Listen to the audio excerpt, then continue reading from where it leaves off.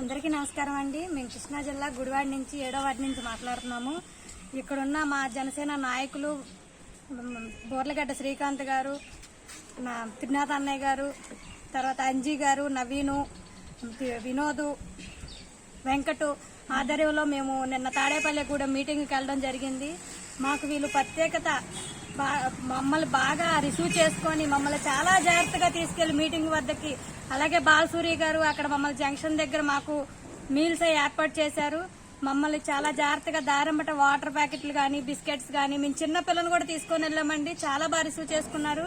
అలాగే మేము మీటింగ్లోకి వెళ్ళాం. మనకి ఎన్ని సీట్లు వచ్చాయి అనేది కాదు, సీట్లన్నింటిలో మనం పవర్ఫుల్ గా నిలిచామా లేదా, అసెంబ్లీలో నిలిచామా లేదా అనేది ఒకటి ఆలోచించారు పవన్ కళ్యాణ్ గారు. పవన్ కళ్యాణ్ గారు వెనకాల మేము ఉంటాము. ఈసారి అసెంబ్లీలో ఆయన్ని కంపల్సరిగా కూర్చోబెడతాము. టీడీపీ జనసేన పార్టీ ఆధ్వర్యంలో మేము అక్కడ ఆయన్ని నిలబెడతాము.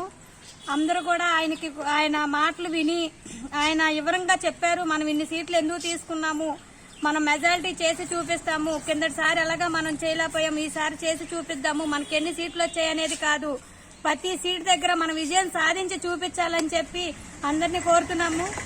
జై జనసేన, జై టీడీపీ.